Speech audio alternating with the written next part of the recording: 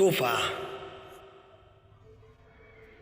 yanzu wata zazzafar waƙar cin mutunci ta Kosan Waka ta fita zuwa ga Dauda Kahutu Rarara,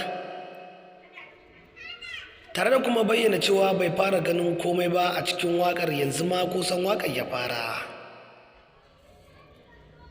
Wanda a yanzu haka masu sauraro za ku ji cewa shi ma Kosan Waka ya shiga wannan rikici, dan ya bayyana cewa ba zai taɓa iya ganin ana cin mutuncin Janar Abdurrahman Chani ba kuma ya ja bakinsa ya yi shiru, sakamakon yana da bakin da zai faɗa kuma ya san in har ya faɗa za a ji. To hakan ne yasa ya bayyana wata sabuwar waka ta cin mutunci zuwa ga Dauda Kahutu Rarara ɗin, tare da kuma bayyana cewa tabbas wannan waka ya san 'yan Nijar za su ji ta sosai. Wanda a yanzu haka ne muke tafa da baitin wannan waka masu sauraro, dangane da irin yadda Rarara din ya fara taɓa shugaban ƙasar Nijar, tare da kuma cin alwashi da kuma bayyana cewa muddin Chani bai gaggauta sakin tsohon hambararren shugaban ƙasar ba Muhammadu Bazum,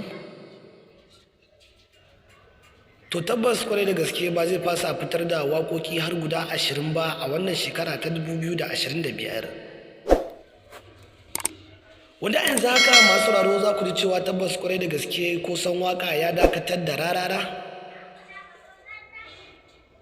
daga irin lafazin maganganun da yake yi a cikin waƙoƙinsa waɗanda ba su kamata ba zuwa ga 'yan Nijar ɗin.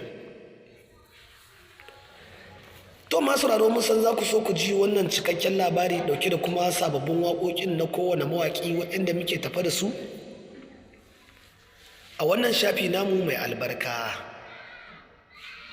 To a yanzu haka masu sauraro muna mai daɗa roƙonku da cewa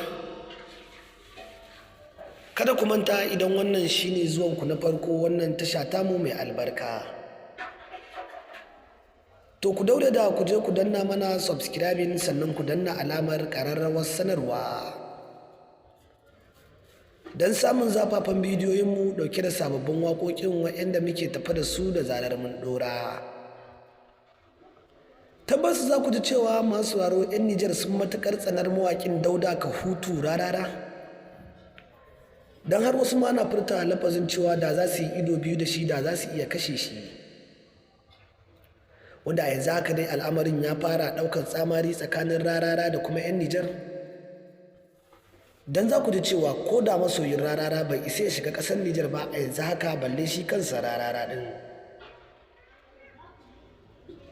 Wannan cikakken rahoton dai wanda muke ɗauke da shi a yanzu haka masu sauraro za ku ji cewa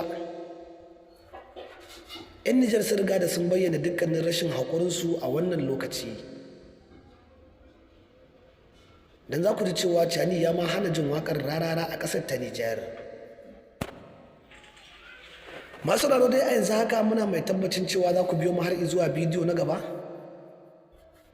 don wato jin waɗannan waƙoƙi da kuma ci gaban labarin wanda muke tafa da shi. Amma muddin ba ku danna mana subscribing ba da alamar ƙararrawar sanarwa, to ba za ku taɓa samun wannan labari namu ba na gaba wanda muka ɗora ɗin da zarar mun saki. Mun gode da kasancewa da mu da ku masu sauraro.